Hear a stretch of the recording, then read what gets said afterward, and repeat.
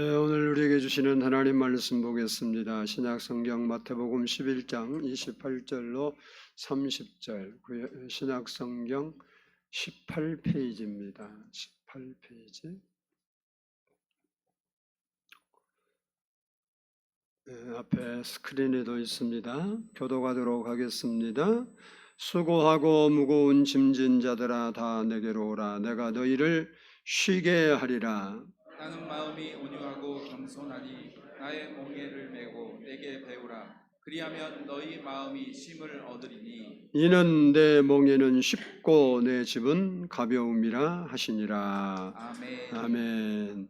이 시간에는 성가대의 찬양이 있겠습니다.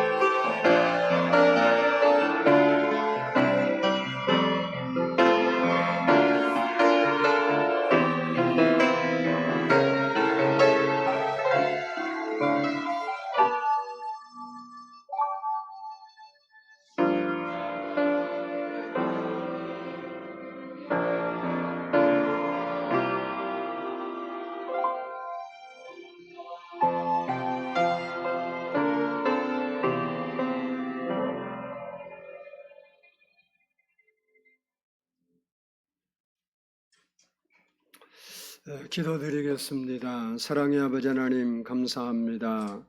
오늘 또 이렇게 하나님 앞에 나와 예배하며 하나님 말씀을 저희가 묵상할 수 있게 해주신 거 감사합니다. 이 시간 하나님 말씀을 들을 때에 우리의 마음을 누디아의 마음처럼 열어주시고 하나님 말씀이 우리 마음에 임하고 그 말씀이 우리 마음에 이루어져서 하나님의 뜻이 하늘에서 이루어진 것처럼 이 땅에서 우리에게 이루어지게 해 주시옵소서. 주님 사랑하고자 합니다. 하나님 여러 가지 세상에서 세파에 시달리며 힘들고 지친 몸과 마음을 가지고 하나님께 나왔사오니 하나님 예배를 통하여 회복받게 해 주시고 아버지 하나님께 새 힘을 얻어 감사함과 기쁨으로 늘 하나님 섬기며 살 수 있게 해 주시옵소서. 우리를 사랑해 주시는 주님을 사랑합니다. 주님 영광 받아 주옵소서. 예수님의 이름으로 기도드리옵나이다. 아멘. 할렐루야. 우리 옆사람과 한번 인사합니다. 사랑하고 축복합니다. 따라서 한번 합니다. 쉼으로 부르시는 주님. 사람은 하루에 6시간에서 8시간의 잠을 자야 건강한 삶을 살 수 있다고 합니다. 수면을 통해서 우리의 몸이 피로가 회복되고 또 면역력이 높아지고 뇌의 기능이 활성화된다고 합니다.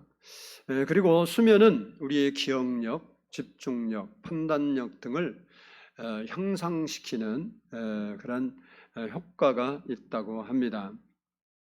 그렇다면 한국인의 평균 수면 시간 얼마나 될까? 작년 2022년에 국민건강 영양조사에 의하면 성인 평균 수면 시간은 6.9시간이래요. 약 7시간이 약간 못 되죠. 일반적으로 수면 시간이 6시간 아래가 되면 수면 부족으로 인해서 건강상 문제가 발생하게 되는데 그것은 피로감, 무기력증, 집중력 저하, 기억력 장애, 우울증, 불안장애, 심혈관 질환, 당뇨병, 비만, 암 등이 나타날 수 있다고 합니다. 그러므로 우리가 쉼을 얻는 것, 수면을 잘 취하는 것은 건강한 삶을 위해서 꼭 필요한 것 같습니다. 여러분은 하루에 몇 시간을 주무십니까? 건강이 잠과 잠은 휴식하는 시간입니다. 금년 추석은 9월 28일부터 30일인데 그 다음 날이 공교롭게 주일날이고 그리고 월요일 날은 평일이고 수요일 날은 다시 공휴일 개천절입니다. 그래서 정부에서 여행 가라고 하루를 공휴일로 정해서 이제 추석 황금 연휴 7일이 시작됩니다. 아마도 많은 사람들이 해외여행이나 국내 여행을 계획할 거라고 생각합니다. 그런데 여행이 꼭 쉼을 주는 것은 아닙니다. 때로는 여행이 여행 안 간 것보다 더 피곤하게 만드는 경우도 많이 있습니다.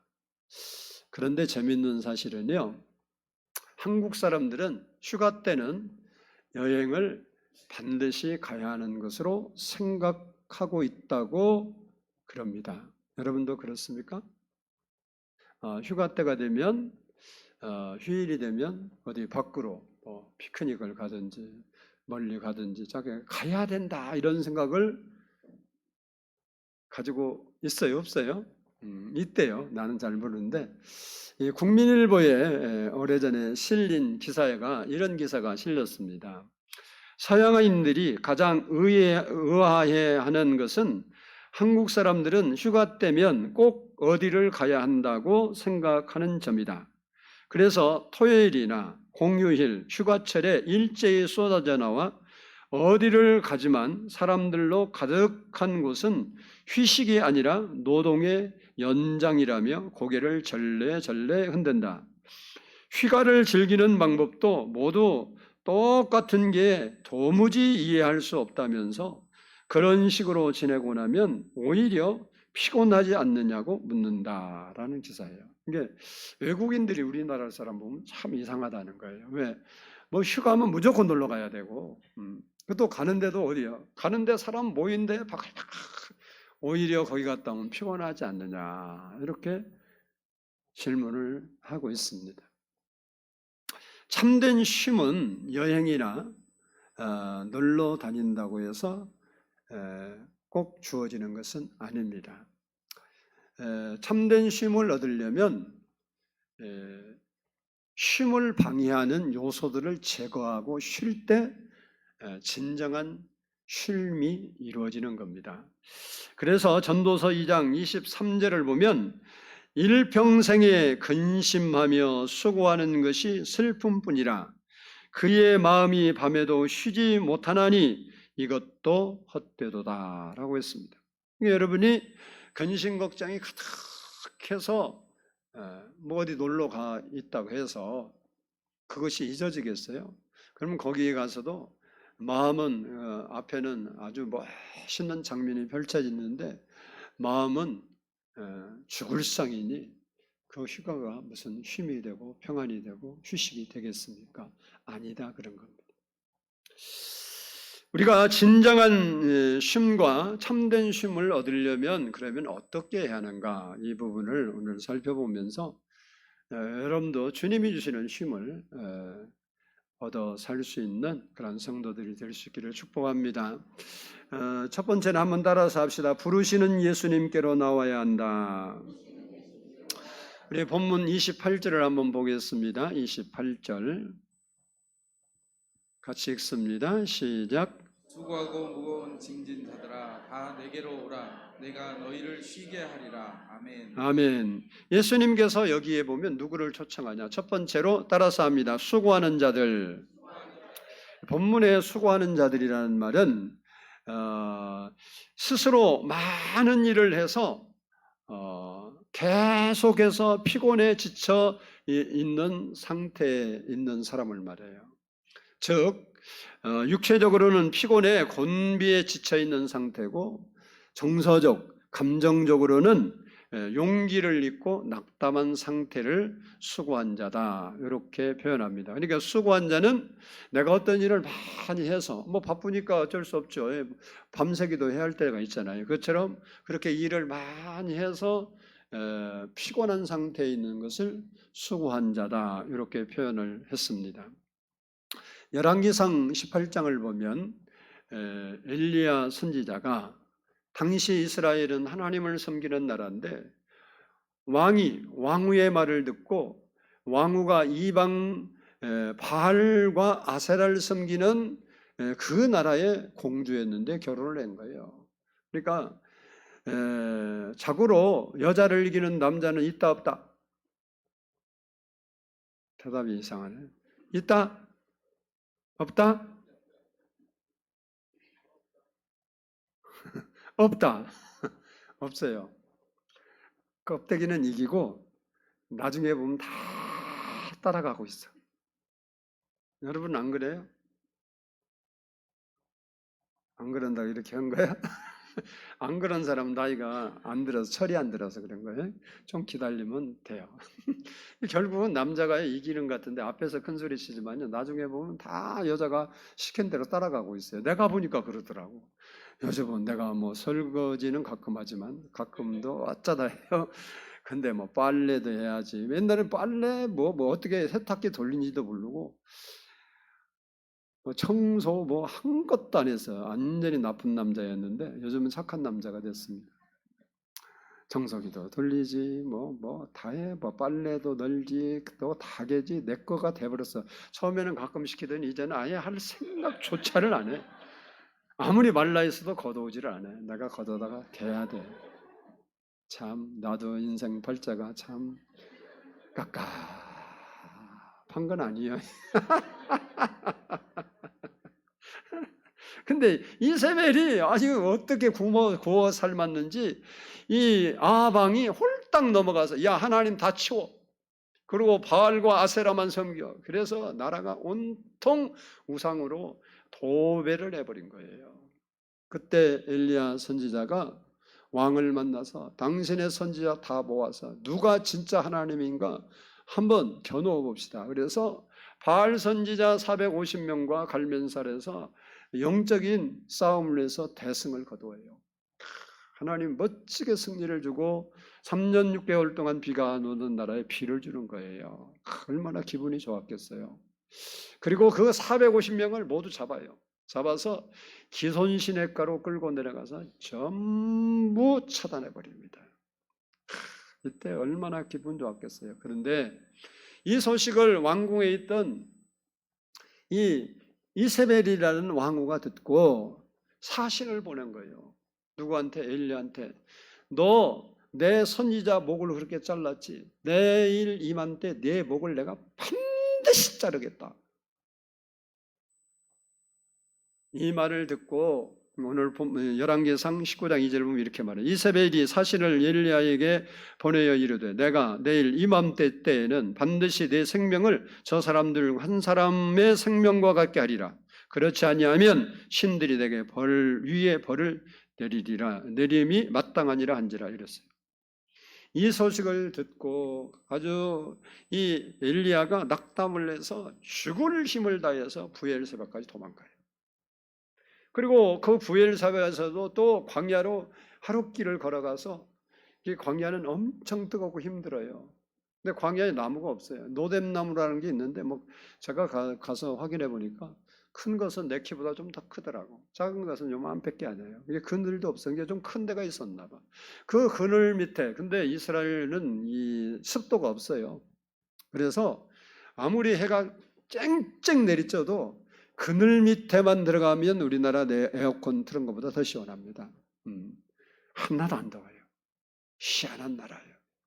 우리는 습도가 많아갖고 온도는 별로 안 올라가는데 너 엄청 덥잖아요. 후닥지근하고. 그 나라는 그렇지 않아요. 그러니까 엘리야가 그 노뎀나무 밑에 들어가서 앉아갖고 하나님께 죽기를 청했어요. 열왕기상 19장 4절을 보면 자기 자신은 광야로 들어가 하룻길쯤 가서 한 노뎀나무 아래 앉아서 자기가 죽기를 원하여 이르되 여호와여 넉넉하오니 지금 내 생명을 거두시옵소서라고 고백을 했습니다. 엘리야는 육체와 마음이 승리할 때까지는 엄청 기분 좋았는데 그 말을 듣고 낙담을 하고 지쳐서 완전히 탈진 상태에 빠졌어요. 엘리야가 주변을 다 돌아봐도 자기를 도와줄 사람이 하나도 없는 거예요. 힘이 되어줄 사람이 하나도 없어요. 그래서 하나님께 기도한 거예요. 하나님, 이제 내가 할 일 다 했습니다. 이제 넉넉하니까 이제 하나님, 나 하나님 있는 대로 데려가 주세요. 이렇게 기도한 거예요. 그러나 하나님께서는 그렇게 탈진하고 지쳐있고 수고한 힘으로 말미암아 그동안 그가 얼마나 하나님을 위해 열심히 일했는지 몰라요. 내가 하나님을 위하여 탁심하다 그랬어요. 몸과 마음이 완전히 지쳐있을 때 하나님은 그를 버려두시지 아니하시고 혼자 두시지 아니하시고 천사를 보내서 그를 회복하도록 도와주셨습니다. 열왕기상 19장 5절로 6절 보면 천사가 그를 어루만지며 그에게 이르되 일어나 먹으라 하는지라 본즉 머리맡에 숯불에 구운 떡과 한 병 물이 있더라 라고 했습니다. 이것이 바로 하나님의 사랑입니다. 엘리야가 하나님을 위해서 수고하다 지치고 그래서 쓰러져서 이제는 누워있는데 그 엘리야를 버리지 않고 천사를 보내서 먹을 것을 주어서 육신을 회복시키고 호렙산에 가서 만나게 해서 하나님을 다시 만나고 다시 사명을 받고 사명을 감당하다가 죽음을 보지 않고 회리의 바람을 타고 천국으로 승천을 한 겁니다. 우리가 열심히 살다가 육체적으로 탈진하고 마음이 삶의 의욕을 상실하고 낙심할지라도 우리가 주의 이름을 부르면 주님께서 우리를 혼자 두시지 아니하시고 우리 마음에 보내신 성령님께서 여러분 마음에서 여러분의 마음을 주관해서 용기를 주시고 힘을 주시고 그리고 여러분을 회복할 수 있도록 도와주신다는 거예요. 그래서 오늘 본문에 수고한 자는 누구든지 내게로 오라 그런 거예요. 엘리야처럼 죽음을 생각할 수밖에 없을 만큼 삶이 힘들고 어려운 상태라 할지라도 우리를 초청하시는 주님께 나가면 주님이 우리에게 힘을 주시고 희망이 솟아나도록 우리를 도와주신다는 거예요. 그래서 이 수고한 자, 너희가 일을 세상에서 많이 하다가 이 일로 저 일로 지친 너희들 내게로 와라. 내가 너희에게 쉼과 안식을 주겠다라고 말씀합니다. 두 번째는 예수님께서 초청한 사람이 누구냐? 본문에 보니까 따라서 합시다. 무거운 짐진 자들이다. 여기 무거운 짐진 자들이라는 의미는 타인에 의해서 무거운 짐을 진 채 피곤에 지쳐 있는 사람들을 말해요. 그러니까 수고하는 사람하고 짐진 것은 비슷한 내용인데 출처가 달라요.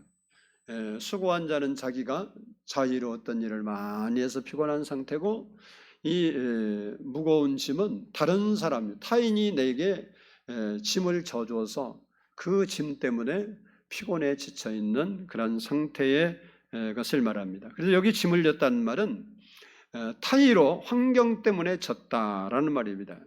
주님은 이렇게 원치 않는 짐을 지고 고통받으며 괴로워하는 사람들을 부르고 있습니다.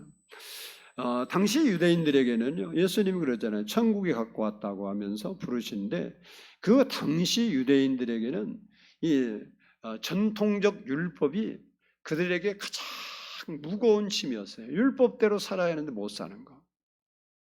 오늘날도 우리의 의지와 관계없이 내 의지와 관계없이 주어지는 무거운 짐들이 많아요. 죽음의 짐이라든지 책임감의 짐이라든지 질병의 짐, 가난의 짐, 자녀의 짐, 남편의 짐, 아내의 짐, 부모의 짐 등등등등 해서 우리가 지고 싶은 것도 아니고 원하는 것도 아닌데 우리가 짊어질 수밖에 없는 짐들이 많이 있습니다. 마가복음 7장에 보면 수로보니게 여인이라는 이방 여인이 나오는데 이 여인은 자신의 의지와 아무런 상관없이 딸이 흉악한 귀신이 들려서 이 엄마는 고생하는 짐을 지고 힘들어하고 있었어요. 엄마가 딸이 귀신 들리기를 바라는 부모가 없잖아요. 근데 어떻게 들린지는 모르지만 흉악한 귀신에 들어서 물에도 넘어지고 불에도 넘어지고 정상적인 삶을 못 사는 거예요. 그 짐을 누가 졌냐? 딸이 뭘 알겠어요.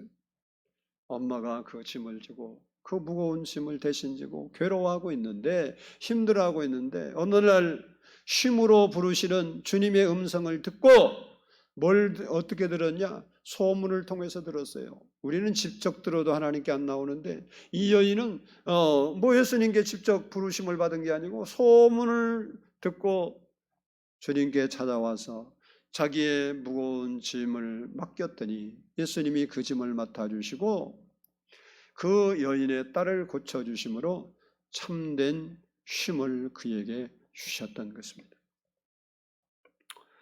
우리들도 이런 무거운 짐 때문에 괴로워하고 우리가 낙심하여 주저앉아 있을 것이 아니라 우리를 부르시는 주님께 나가야 돼요.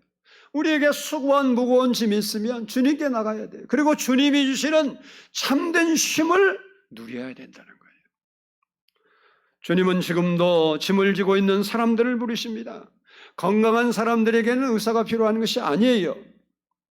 병든 사람에게 의사가 필요한 것처럼 쉼으로 부르시는 주님은 무거운 짐이 없는 사람에게 필요한 분이 아니라 무거운 짐을 지고 힘들어하고 고통하는 사람들에게 필요한 주님이시라는 사실입니다. 주님이 부르시는 수고하고 무거운 짐진 자들이라는 것은 바로 자의에 의해서든지 타의에 의해서든지 힘들고 지쳐서 쓰러져 있는 상태, 이 사람들이 수고하고 무거운 짐을 진 사람입니다. 다시 말하면 삶의 무게를 이기지 못해서 육체적으로는 힘들어 지쳐 쓰러져 있고 마음이 상처와 아픔으로 두려움과 그리고 외로움, 분노와 슬픔이 가득 차 있고 그리고 마음에 안식과 평안과 쉼이 없는 사람을 가리켜서 말하고 있습니다. 성경을 보면 이런 수고와 무거운 짐이 인간이 죄를 지었을 때부터 따라오기 시작했습니다. 아담과 하와는 에덴 동산에 살았습니다. 이 에덴 동산은 우리가 상상할 수 없을 만큼 살기 좋은 곳이었어요. 세상에서 어디가 천국이냐 여기가 천국이지 그런 것도 에덴 동산과는 비교가 안 됩니다. 그런데 그들이 죄를 짓고 나서 에덴 동산에서 추방을 당했습니다. 그런데 중요한 것은 살기 좋고 편안한 곳에서 추방되었다는 것이 아니라 그때부터 그들의 마음에 참된 쉼, 평안이 없어졌다는 거예요. 다시 말하면 죄짓고 난 후부터 참된 쉼과 참된 평안이 사라졌습니다. 이때부터 인생이 힘들고 고달파진 거예요. 여러분 세상에서 여러분 한번 하루나 지금까지 인생 돌아봐 보세요. 재밌고 즐거웠던 시간이 더 많아요? 고민스럽고 걱정스럽고 그냥 껄껄하는 시간이 더 많아요? 인생은요 참된 안식을 잃어버렸어요. 에덴 동산에 있을 때는 24시간 동안 평안을 누리고 쉼을 누리고 행복을 누렸던 것이에요. 그런데 죄를 지은 인간은 그 하나님이 주시는 쉼과 평안을 잃어버리게 된 겁니다. 예수님께서 그렇게 잃어버린 쉼을, 평안을 우리에게 주시려고 십자가를 지신 겁니다. 그래서 하나님을 떠난 삶, 하나님이 없는 삶, 하나님이 주인이 아니라 자신이 주인으로 사는 삶은 자신이 자신의 모든 문제를 해결해야 하기 때문에 절대 수고하고 무거운 짐에서 벗어날 수가 없습니다. 그리고 이러한 삶을 성경은 죄악의 삶이라고 가르치고 있습니다. 예레미야 17장 5절을 보면 여호와께서 이와 같이 말씀하시니라 무릇 사람을 믿으며 육신으로 그의 힘을 삼고 마음이 여호와에게서 떠난 그 사람은 저주를 받을 것이다 그랬습니다. 그렇습니다. 하나님 없이 사는 것이 죄고 저주입니다. 그리고 그것이 수고하고 무거운 짐입니다. 그 짐을 벗으려면 예수님께 나와서 예수님을 우리 마음에 모셔드려야 됩니다. 참된 안식과 쉼을 주시는 그 예수님을 우리에게 모셔드릴 때 인생의 무거운 짐을 벗을 수 있는 것입니다. 예수님께서 어떻게 우리를 쉬게 하십니까? 그것은 예수님께서 우리가 수고하고 무거운 짐을 지고 있는데 그 짐을 대신 지시고 예수님께서 십자가에 죽어 주셨기 때문에 그렇습니다. 예수님께서는 이 모든 것을 이루어 주시고 우리를 부르시고 있는 겁니다. 수고하고 무거운 짐진 자들아 다 내게로 오라. 내가 너희를 쉬게 하리라. 우리가 세상의 여러 가지 문제로 마음이 쉼을 얻지 못하는 우리들인데 주님께 오면 주님께 와서 무릎을 꿇고 주님 내가 이런 문제로 힘들어하고 있습니다. 아파하고 있습니다. 감당하기가 너무 힘듭니다. 라고 하나님께 수고한 짐을 맡기면 주님께서 그 짐을 맡아주시고 그 문제를 해결해 주심으로 우리에게 참된 쉼을 안식을 평안을 주시는 것입니다. 로마서 10장 13절을 보면 누구든지 주의 이름을 부르는 자는 구원을 받으리라 라고 말씀하고 있습니다. 인생의 무거운 짐을 진 자는 누구든지 예수님께 나와서 자기의 무거운 짐을 아뢰고 맡기면 주님은 그 문제를 해결해 주시고 참된 쉼과 평안을 우리에게 선물로 주신다는 사실입니다. 그러므로 우리는 세상 살면서 문제없는 사람은 한 명도 없겠죠. 걱정거리가 없는 사람이 여기에 한 사람이라도 있겠습니까? 걱정을 안 할 수는 있어도 걱정거리가 없는 사람은 없어요. 다시 말하면 누구든지 주님 앞에 나가야 된다는 거예요. 주님이 주시는 쉼을 받아서 살아야 된다는 겁니다. 그러면 주님이 주시는 쉼은 어떤 것일까? 첫 번째, 따라서 합니다. 과거에 주신 쉼이다. 모든 인간은 무거운 죄짐을 지고 살아가는 존재였습니다. 로마서 3장 10절 보면 의인은 없나니 하나도 없다. 다 죄인이라는 죄의 짐을 지고 간다. 그리고 로마서 6장 23절을 보면 죄의 삭은 사망이라. 우리가 그런 무거운 짐을 가면 결국은 멸망하게 된다는 것입니다. 이 말씀처럼 모든 인간은 수고하고 무거운 짐을 지고 살다가 결국 지옥에 떨어질 수밖에 없는 불행한 존재들이었다는 겁니다. 그런데 예수님께서 그 모든 짐들을 내 대신 지시고 십자가에 죽으신 겁니다. 이사야 53장 4절로 5절 말씀을 보면 그가 찔림은 우리의 허물 때문이요 그가 상함은 우리의 죄악 때문이라. 그가 징계를 받음으로 우리는 평화를 누리고 그가 채찍에 맞음으로 우리는 나음을 받았도다 라고 말씀하고 있습니다. 예수님께서 바로 우리를 대신해서 십자가에 못 박히시고 피 흘려 주심으로 우리가 지불해야 할 죄값을 대신 지불해 주시고 우리를 죄로부터 자유케 하시고 쉼을 우리에게 주신 것입니다. 시편 68편 19절을 보면 날마다 우리의 짐을 지시는 주 곧 우리의 구원이신 하나님을 찬송할지로다 그랬습니다. 날마다 우리의 짐을 져주신대. 우리가 날마다 우리의 짐을 가지고 주님께 나가면 주님은 날마다 져주신다는 거예요. 한 달에 한 번 지면 한 달 만에 깨꼴라 죽는데 아니고 한 시간마다 나가면 한 시간마다 져주시고 매 순간 나가면 매 순간마다 우리의 짐을 주님이 져주신다는 거예요.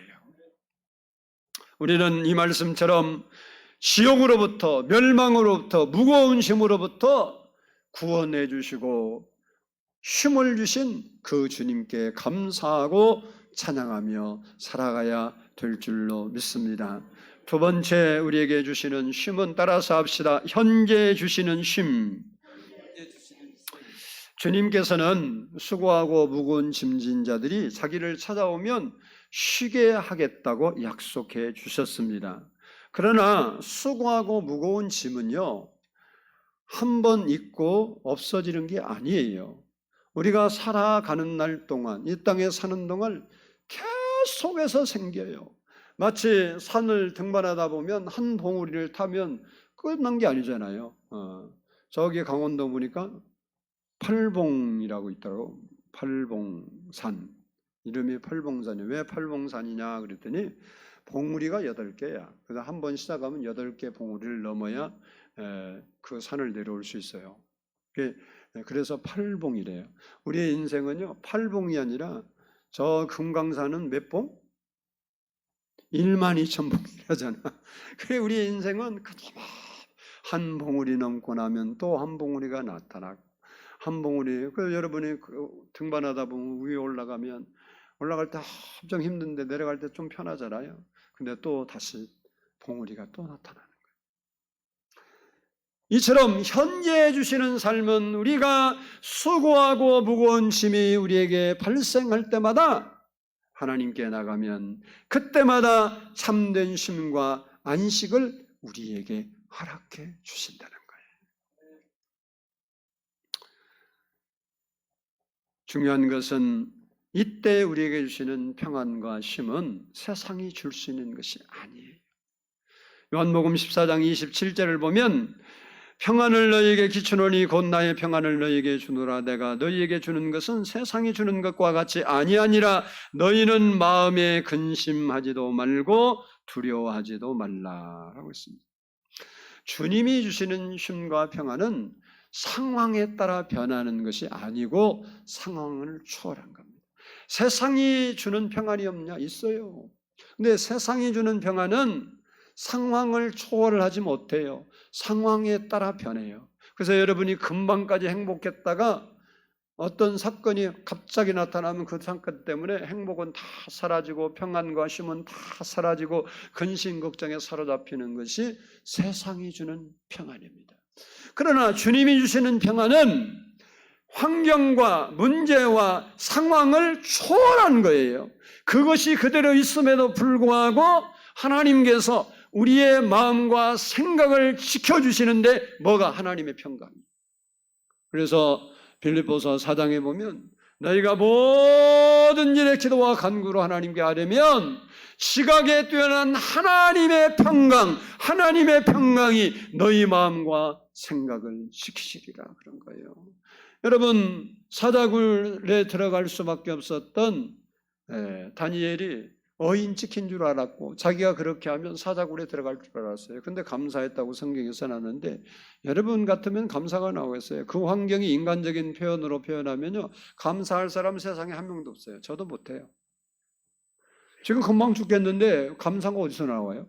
지금 뭐 여러분 부도 직전이요, 부도 직전. 그래서 오늘까지 안 막으면 부도 나와서 인생 이제 바가지 시작이 됐는데, 근데 그때 하나님 그래도 감사합니다. 그럴 사람 여기 하나라도 있겠어요?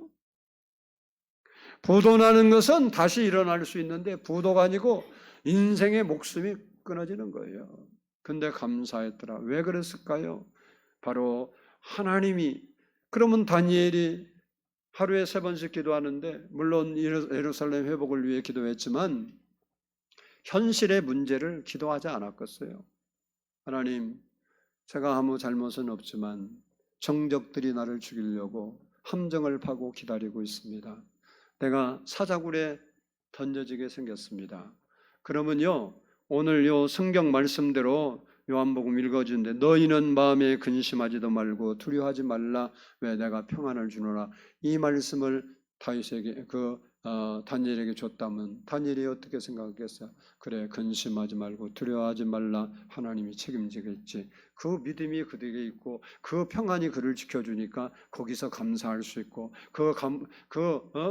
사자굴에 가는데도 그가 막 두려워 떨고 걱정했다는 말이 없어요. 하나님의 평강이. 여러분, 죽음을 앞두고 걱정하지 않을 사람이 없어요. 박효신이라는 장로님이 교도관 출신이에요. 지금은 아니겠죠, 나이가 들으셔서. 근데 그분이 우리 교회 와서도 간증했는데 요즘은 사형 집행이 거의 없죠. 근데 그때 당시에 사형 집행이 있었어요.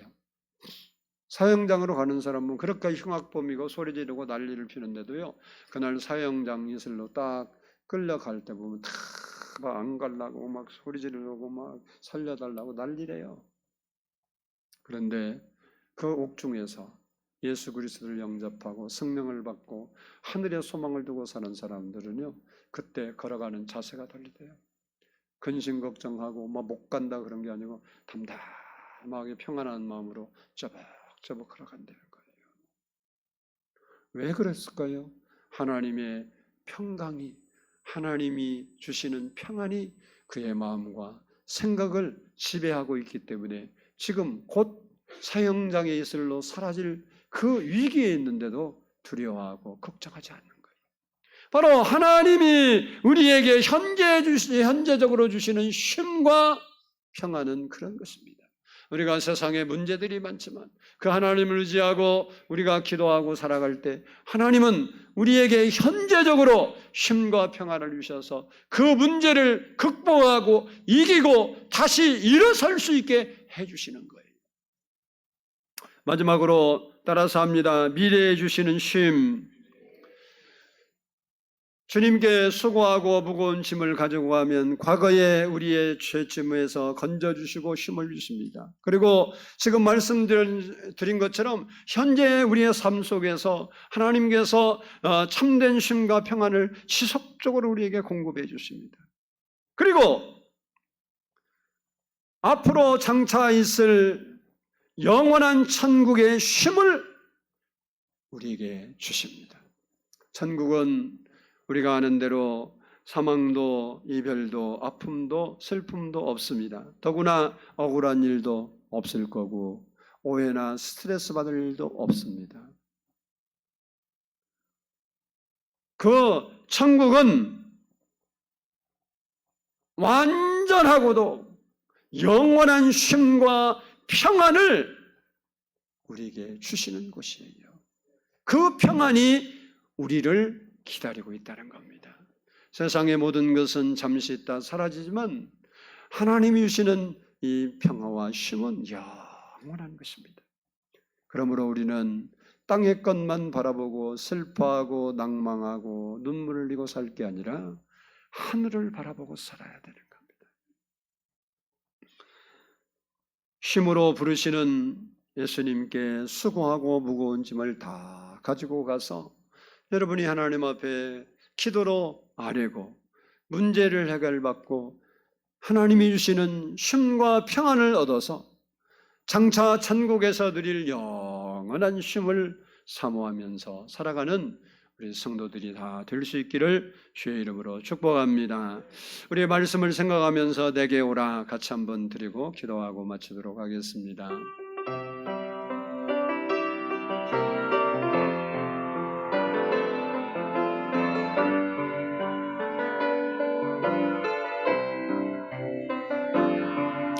죄에 빠져 헤매이다가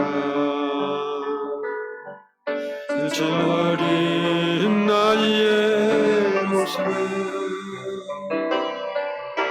여전히 아픔 속에서 그렇게 쓰러졌을 때 아무런 나람이 없어 정말로 난 외로웠네. 그때 주님 내게 찾아와 사랑으로 함께하니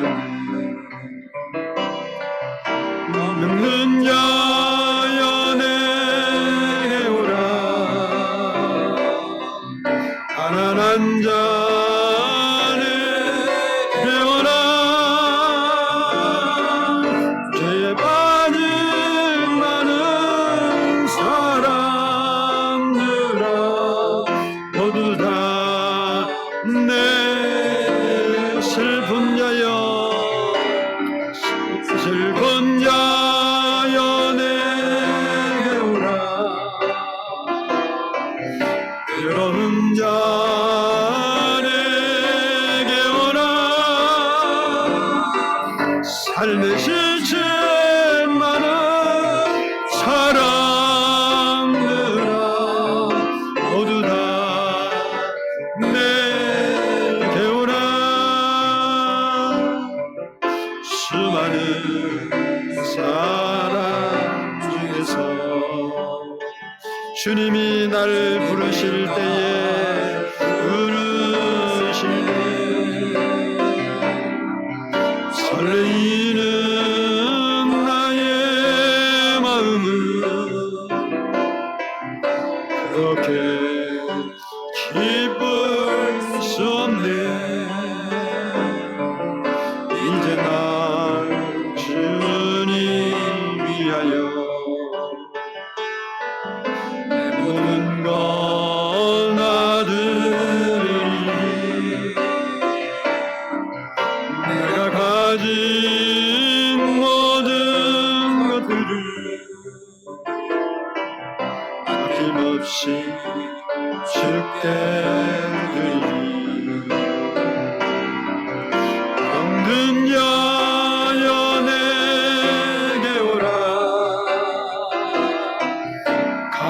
가난한 자 내게 오라.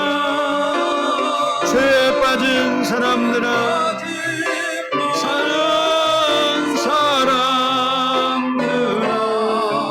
모두 다 내 슬픈 자여 내게 오라. 슬픈 자여 내게 오라. 괴로운 자 내게 오라. 삶에 지친 많은 사람들아, 삶에 지친 많은 사람들아, 모두 다 안에. 다시 한번 드립니다. 병든 자여 내게 오라. 병든 자여 내게 오라. 가난한 자 내게 오라. 주님은 우리가 주님께 나가면 참된 힘을 주실 것입니다. 흘려진 많은 사람들아, 모두 다 내게 슬픈 자여, 슬픈 자여 내게 오라. 괴로운 자